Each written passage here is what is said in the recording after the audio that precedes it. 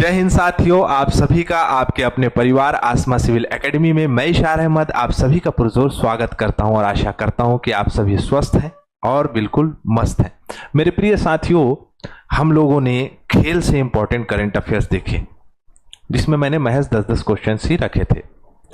आज हम भारत में जितनी प्रमुख नियुक्ति, भारत और विदेश में जितनी भी प्रमुख नियुक्तियां हुई है उससे संबंधित क्वेश्चंस को आज हम इसमें डील करेंगे। ठीक है, तो वीडियो में शुरू से अंत तक बने रहें क्योंकि नियुक्ति से संबंधित प्रश्न पूछे जाते हैं, जैसे एनटीपीसी हो गया, आरआरबी हो गया, व्यापम हो गया, पीएससी हो गया, तो इसके लिए इंपॉर्टेंट हो जाएगा। और मैं बताया हूं कि लाइव सेशन में भी सारी चीज़ें लेकर आऊँगा जिसमें लंबी क्लास में हम बैठ के और रिवाइज कर लेंगे।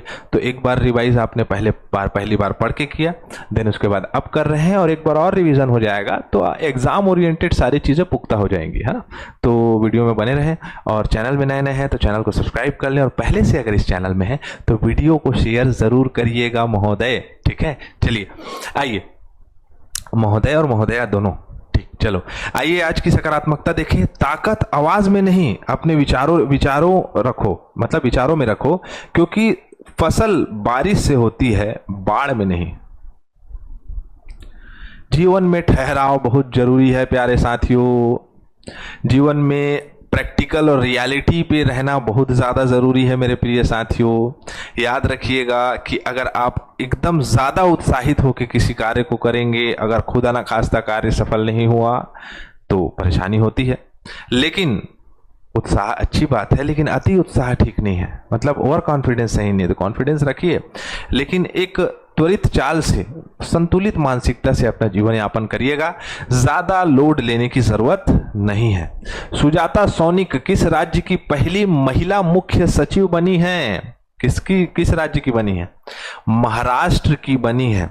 ये आईएएस अधिकारी है, ठीक है, इंडियन एडमिनिस्ट्रेटिव सर्विस की।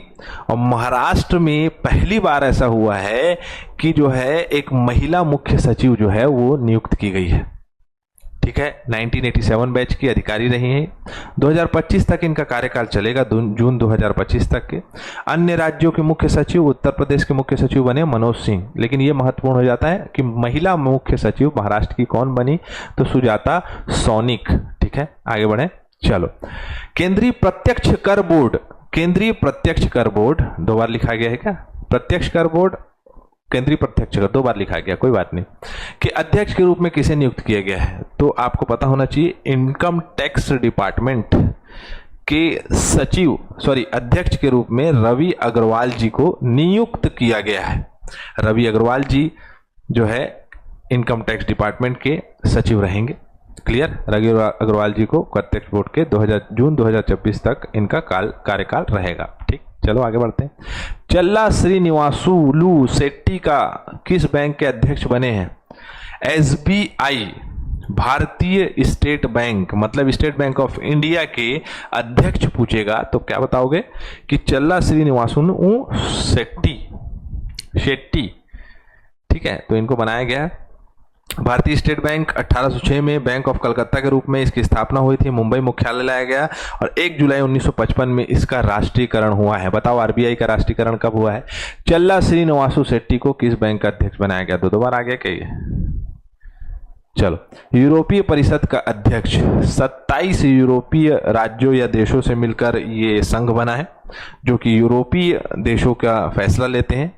तो याद रखिएगा इनका नाम है एंटोनियो कोस्टा। एंटोनियो कोस्टा जी का जो है अध्यक्ष के रूप में इन्हें नियुक्त किया गया है। ठीक है, कहाँ के हैं ये? तो पुर्तगाल के पूर्व प्रधानमंत्री रह चुके हैं ये। यूरोपीय परिषद की बात करूँ 27 देश हैं और इन सभी देशों के बीच में जो है ये सामंजस्य स्थापित करता है। निर्णय लेने की, एक समीक्षा करने की, निर्णय लेने की, चर्चा करने का एक मंच है।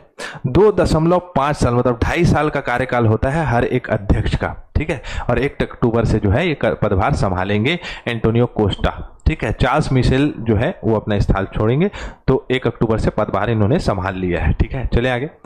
शिमला में सेना प्रशिक्षण कमान के general offer commander in chief के रूप में किसे? शिमला के जो सेना कमान प्रशिक्षण है, मतलब ट्रेनिंग सेंटर जो है, उसके कमांडर इन चीफ बनाया गया है किसे? तो इनका नाम है देवेंद्र शर्मा, लेफ्टिनेंट देवेंद्र शर्मा। ये याद रख सकते हो आप, शिमला में स्थित है, तो ये आपका प्रशिक्षण केंद्र है। फौजियों को यहाँ पर प्रशिक्षण दिया जाता है। ठीक है, किसका स्थान लेंगे? तो मनजिंदर सिंह जी का स्थान लेंगे ये। ठीक है, चलो। राष्ट्रीय चिकित्सा आयोग के अध्यक्ष, राष्ट्रीय चिकित्सा आयोग के अध्यक्ष हैं doctor BN. Gangadhar. BN. Gangadhar हैं, इनका फोटो यहाँ दिखाई दे रहा है। केंद्र सरकार की एक बहुत अच्छी पहल है जिन्होंने राष्ट्रीय चिकित्सा आयोग का गठन किया है, और इस चिकित्सा आयोग में जो कि 25 सितंबर 2020 को इसका गठन हुआ था और नई दिल्ली में इसका मुख्यालय है, तो गंगाधर जी को जो है इनका क्या बनाया गया है? अध्यक्ष बनाया गया है। ठीक है, मेडिकल असिस्टेंट रेटिंग बोर्ड और सारे जितने भी मेडिकल आपके फील्ड से संबंधित चर्चाएं हैं, समीक्षाएं हैं, उन पर यह निर्णय लेता है। ठीक है, चलो आगे बढ़ते हैं। अगला है, हाल ही में हेमंत सोरेन ने तीसरी बार किस राज्य के मुख्यमंत्री के रूप में शपथ ली है? तो हेमंत सोरेन कहाँ के बने भाई, बताओ?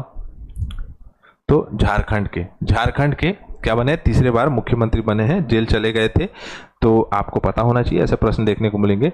तो झारखंड के मुख्यमंत्री के रूप में शपथ ली है हेमंत सोरेन जी ने। ठीक है, आपको पता होना चाहिए, उनका कार्यकाल के बारे में दिया हुआ है।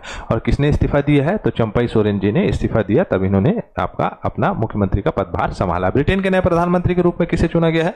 ब्रिटेन के नए प्रधानमंत्री है कीर स्टारमर। याद रखिएगा प्रिय साथियों, प्रश्न पूछेगा ना। ऋषि सुनक जी हार गए हैं और ये जो है जीते हैं प्रधानमंत्री के रूप में। लेबर पार्टी के नेता हैं। ठीक है, इनको पता होना चाहिए, ऋषि सुनक के स्थान पर ये बैठेंगे अब प्रधानमंत्री के रूप में। प्रेस सूचना ब्यूरो के महानिदेशक के रूप में किसे बनाया गया है? धर्मेंद्र ओझा। प्रेस पीआईबी, याद रखिएगा पीआईबी में सारा रिपोर्ट मिलता है। करंट अफेयर के बहुत सारे कंटेंट में पीआईबी से लेता हूँ, है ना, बता देता हूं, देख सकते हो पीआईबी को भी। तो धर्मेंद्र ओझा जी को प्रेस सूचना ब्यूरो या पीआईबी के महानिदेशक के रूप में नियुक्त किया है। गठन 1919 में हुआ है पीआईबी का। राष्ट्रीय मीडिया केंद्र नई दिल्ली में मुख्यालय है इसका। चलो, निम्नलिखित में से किसे पंजाब और हरियाणा उच्च न्यायालय का मुख्य न्यायाधीश नियुक्त किया गया है? किसे नियुक्त किया गया है? ये दिखाई दे रहे हैं आपको। इनका नाम है न्यायमूर्ति शील नागू। तो पंजाब और हरियाणा में नियुक्ति हुई है मुख्य न्यायाधीश की। तो शील नागू जी यहाँ के मुख्य न्यायाधीश बने हैं। 1965 में इनका जन्म हुआ था। कहाँ? तो आपका पंजाब वाले क्षेत्र में। तो ये आपको पता होना चाहिए। ठीक है, आगे बढ़ते हैं। चलो, तो यहाँ हमारा कंप्लीट होता है सत्र, और मैं इसका दूसरा सेशन भी लेकर आता हूँ। फिर लाइव सेशन में भी सारी चीज़ें रिवाइज करेंगे। तो इजाज़त चाहूँगा। जय हिंद, जय भारत।